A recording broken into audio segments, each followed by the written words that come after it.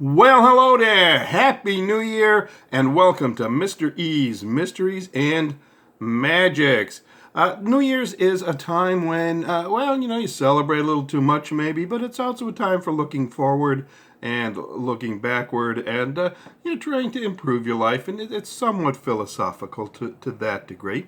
So I'm going to use this video on New Year's Day 2021, not to do a magic effect actually, but to talk a little bit about my philosophy of magic. And I hope you'll agree with most of my points. I would just like to point out that these are simply my opinions. They are no one else's opinions. There are going to be things that are going to be said that maybe some of my viewers and subscribers are not going to like to hear.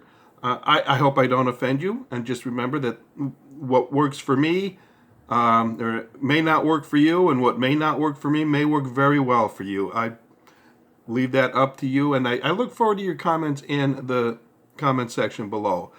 This is a discussion, not a lecture, okay? So please, if you find things that you disagree with or totally agree with, doesn't matter, let me know. I'd love to hear from you, okay? So let's move on. First thing, I did get a couple of comments privately as to, why do you always wear camo? Well, let me tell you, because I'm a mystery, right? Mr. E's Mysteries and Magic. So when I wear camo, you can't see me. Let me show you, all right? You can see my hands now, right? Now look at this, all right? All right, putting on my little gloves here. And we'll put this one on. I think I've got them on the wrong hand, actually. Try that again. That's much better. There we go. Yeah, that makes sense. Hard to tell. All right, see, because I can't even see them because they're camo. Now, you see that? Now, they kind of stick out against the red background, right? But watch this. Okay, I'm going to put a green cover up here and watch what happens. All right, you ready for this? There you go. You cannot see my hands. All right, I'm wiggling my fingers right in front of the camera, and you cannot see anything, can you? Huh? Look at this, right?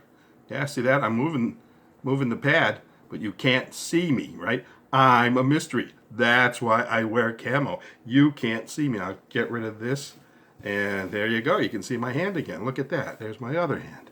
Okay, because the camo doesn't, camo shows up against the red, right? So that's it. That's why I wear camo, because it is a mystery, and you can't see me when I wear the camo. All right, so getting on now a little bit more toward the topic of the day. What is my philosophy of magic? Well, it's kind of simple, really. There's a couple of points to it. Point number one, and I've talked about this before, so this may not come as any surprise to anybody, but I really like to mess with people's heads.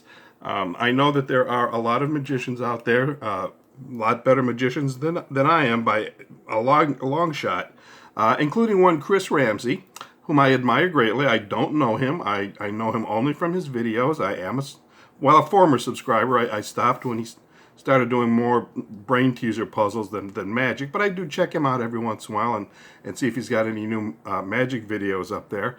And I've learned a lot from him. I admire him. He seems like a great guy. He has the philosophy that he does, sleight of hand, and just something that he practices at, and he's very upfront about that and straightforward, and that's what he does. Yes, I do the same thing, not as well as he does, but everything I do is strictly sleight of hand or gaff decks or something along those lines. And so we're using the same weapon, so to speak, the same, devices. But my philosophy is to make people wonder exactly what is going on. I don't exactly tell them that, magic is real and all of that. I don't go quite that far, but I do want them walking away wondering, what did I just see? How did he do? What did he just do? Was it really just sleight of hand? I want them to question what their eyes are telling them. I don't want them saying, oh yeah, that was just sleight of hand. I know you said that. No, not me. I really want to mess with people's heads, and that's where the rubber bands come in. I want to give you an example. was at the bank recently, and I go there very frequently, and I've gotten to know the tellers fairly well. They recognize me when I walk in, even wearing a mask. And was talking to one of them. I keep my debit cards. I have a packet of debit cards, so I keep a rubber band around them. And I was just playing with the rubber band, and I said, "You want to see a magic trick, or a magic effect? Do you want to see me pull this rubber band through my thumb?" Is actually what I said. Okay. She said, "Oh, I know that one." I said, "You do?" She says, "Yeah." She says, "There's a knot underneath there, a special knot, and you pull it off." And yes, there is a special knot underneath there, okay? So I said, "Are you sure that's what it is?" And I did one of these kind of numbers and kind of twisted my hand around and kind of moved my thumb back and forth in the little movement hiding behind the big movement. And I did it in such a way that she couldn't see the knot. And then I pulled the thing off my thumb, just like that. Yeah, it's a knot, and boom, off it comes when you spread it apart and pull it. Special knot. But she didn't see the knot because of the way I was moving my fingers around. She couldn't see that the knot was there. And even though she knew the trick, I pulled off a magic effect because she just looked at me and said, "I have no idea what you just did." Okay. She does know what I just did, but I baffled her, okay, and left her sitting there wondering what on earth did he do that was so different. That's what I'm talking about.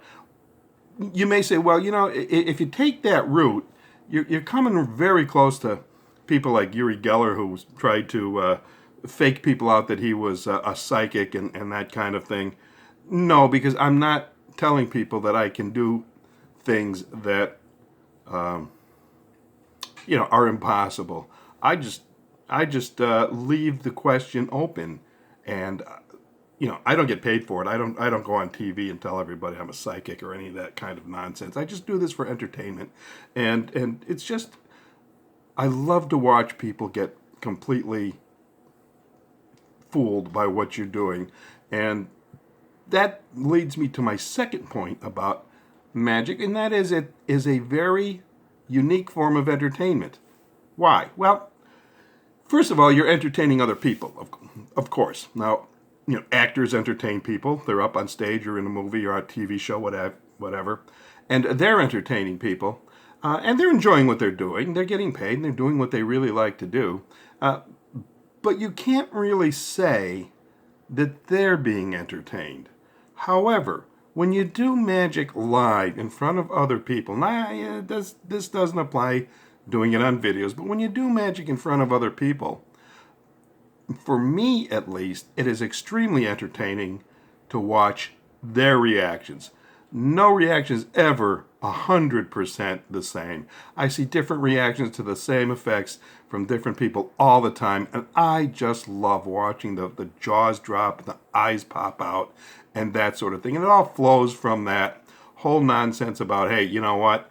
Do you really believe magic is not real? Let me try something. And that's why I like to do magic effects with cards where the participant does the magic. Okay, they don't know that there's a setup or a gaff deck or something going on. They're not aware that they think they're doing the magic. And that's the kind of effect that really blows their minds and makes them question what they're actually seeing. And no, I won't tell them it's sleight of hand. They know it. They really do deep inside. I know it, you know it, we all know it. But if you can make them just question it for just a few seconds while you finish that reveal, that's where the fun is. That's where my entertainment is. Now, I'm going to get into something here now that, like I said, may not go over well with a lot of people. There's a couple things about performing that I just won't do. The first thing is the old snap your fingers thing. All right, I'm sorry, nobody believes magic happens when you snap your fingers. Even the old wave of the hand, that's better, but still not great. You'll kind of look to the masters of magic. Just like when you learn chess, it's the grandmasters that you learn from.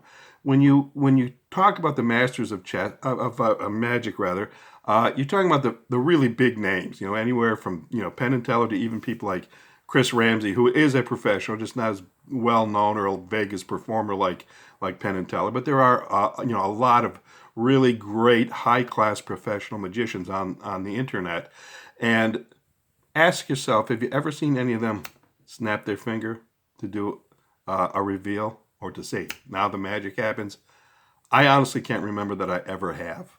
And the same thing applies to asking someone, wouldn't it be amazing if, and then you do the reveal. Let the effect be amazing on its own. Let the people be. You don't have to entice them into being amazed. The effect will amaze them because you're a good enough magician that that's what's going to happen. You don't have to tell them to be amazed because asking people, wouldn't it be amazing if, has another side to that same coin, which is, wouldn't it be a real tragedy if I screw this up? Okay? It would be amazing if it works, but what happens if, something happens and I did mess it up? You're setting yourself up for failure by doing that. Maybe the failure only happens once every 100 shots or whatever, but still, why even bother? Just leave that out altogether. Just kind of go with the flow, find a different way of presenting the pattern. At least that's the way it works for me. Presenting the pattern, letting the effect be amazing in and of itself. Because you are a good magician. And when you do a good effect as a good magician, you will always leave them baffled.